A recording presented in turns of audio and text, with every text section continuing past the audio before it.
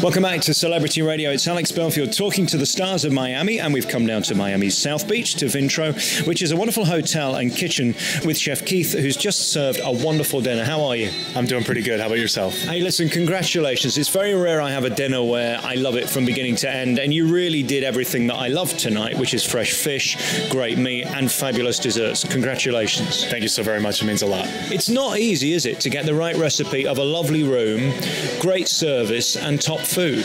No, it's not. It's a lot of trial and error. We went through a lot of different changes, front and back, and we've kind of put together a nice little team together, and we seem to be going in the right direction. I know you were based before in New York. You did go to Italy for a while. What is it like being here? Is this a foodie town? It's becoming a foodie town.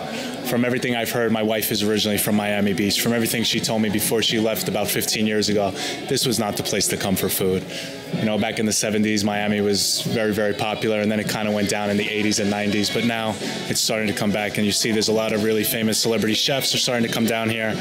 You know, they all tried out Vegas, and now they're all starting to come down to the beach.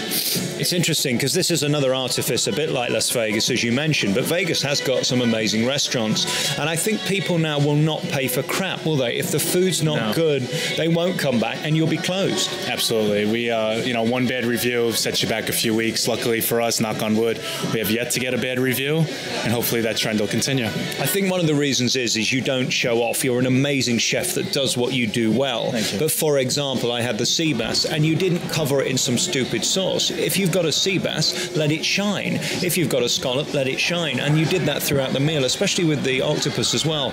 It was in this beautiful sauce, but you didn't overpower it.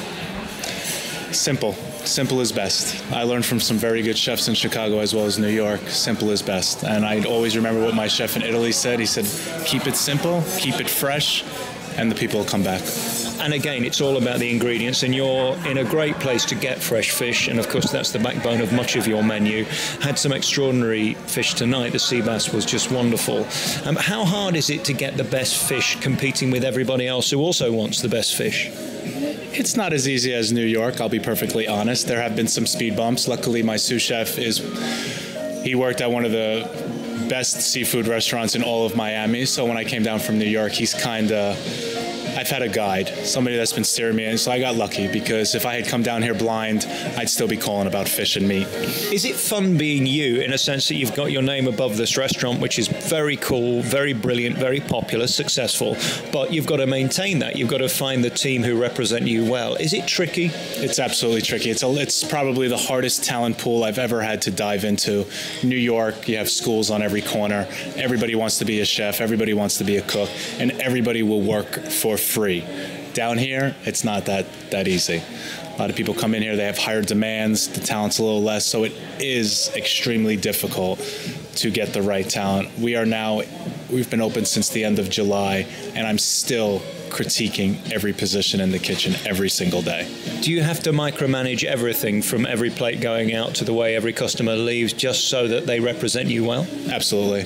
Absolutely. I mean, I learned from one of the craziest men ever in New York City. I won't say his name because he'll probably hear this and kill me, but every single dish needs to have my finger on it. Not even my hand, my finger.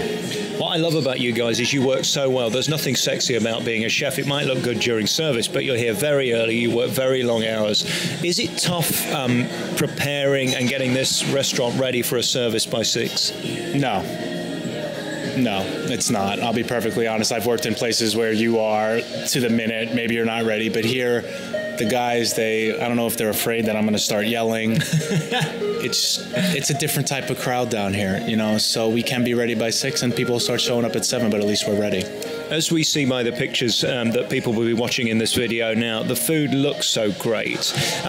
You can't get away with just beautifully tender meat now. You have to make it look good, and then you have to dress the room nice. You've put great effort into all of it. Which bits of it is you? Do you leave it at the food, or are you responsible for the room? Did you have a finger over everything? I'm the restaurant. I'm the menu, I'm the staff, I'm the decor. So I have definitely have my name on the restaurant. My consulting chef is my vision, Georgios Bakatsias. I have to say his name.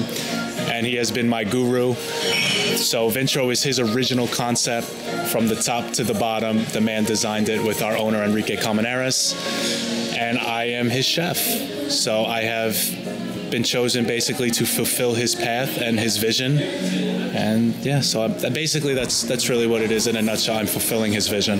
You've done a great job. The room is so cool. The music's great. It's not overpowering. I've been in a lot of restaurants in this town where the music's so loud you can't actually think. A little thing like that can ruin a meal, can't it? Oh, forget about it. If you got to tell me, if I have to tell you to go turn the music down as a guest, that's another reason I might not come back the next time. And especially being in a hotel, we have to be sensitive to our guests. We have 50 rooms. That's 50 sets of ears or more that get to listen. So we have to be sensitive with the noise volume at the end of the night. We're not allowed to keep it up past 12 because, again, we have guests and we have to maintain that balance between making sure that a guest in the restaurant is just as happy as the guest staying in the hotel. Let's talk about some of the things we had tonight. As I mentioned, the octopus was sensational. You put it in this beautiful sort of ragu, an amazing sauce. Again, where did you get so adept at putting these flavors together? So the octopus, we cooked the octopus in red wine and mirepoix, carrots, onion, and celery for about 45 minutes, so it's just tender.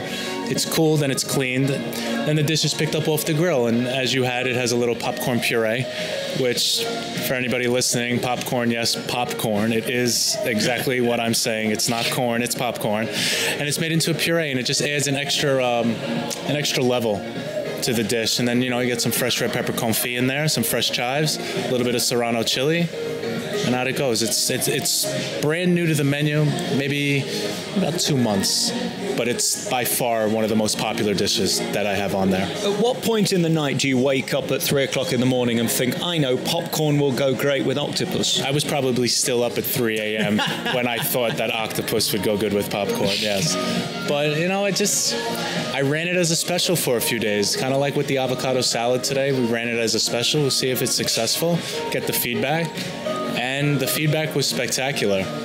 So I switched it. Originally we did it with some fennel and orange, fennel puree underneath. A little more traditional. It's a dish similar to one I did in New York. It was a little safe zone when I came down, and I was like, let's get a little bit more creative. Let's think outside the box. And popcorn puree, it's out there. It's definitely outside the box. It's beautiful. Very, very nice. And then, of course, towards the end of the meal, we went via the sea bass, which we've already spoken of, and the steak was delicious. And the desserts, of course, mainly inspired by your wife, which is the most important person on the menu. Thank you. Yes, she was trying to put... I'm not a big dessert aficionado. I can dabble and I can play around and put it together. I can make some gelatos. But we needed to put a dish on the menu, and everybody wants to do tiramisu and a cannoli and whatever else people might think of. But I was like, what can you do? And she spent some time in Italy like I did, and she learned 2 dishes. One of them was how to make a cannoli, which I said, no, I'm not putting a cannoli. And the other one was a pineapple tiramisu. And I said, that's different. I'm Italian and Irish. I've had my fair share of tiramisu in my life, but I have never had it with pineapple. And I was like, Miami, pineapple. Let's give it a go. And it's been pretty successful. We've also run it on our on events. It's so light and refreshing and beautiful. And I have to talk about the chocolate mousse, probably my favorite dessert. Just sensational. Congratulations. Thank you. Sea salt, olive oil. It's the next direction in desserts. It's been done, but it hasn't necessarily been done well. Yeah, that's the point. That's the new thing. Salt. Caramel with chocolate. Not caramel with chocolate. Salt and caramel, rather, I should say. Salt adds a different... It's a different flavor component when you're eating. It opens up a different part of the mouth. Yeah, it definitely does. You're looking for that sweet from the chocolate, and then you get the salty, and it's like, and then you get that lush fattiness from the olive oil, and it's a different taste. Chef Keith, you should be very proud. This is a beautiful restaurant. What's the website? It's vintrohotels.com. Very good. Vintro is a wonderful, beautiful restaurant. You should be very proud. Chef Keith, thank you for your time. Thank you so very much. It was a pleasure.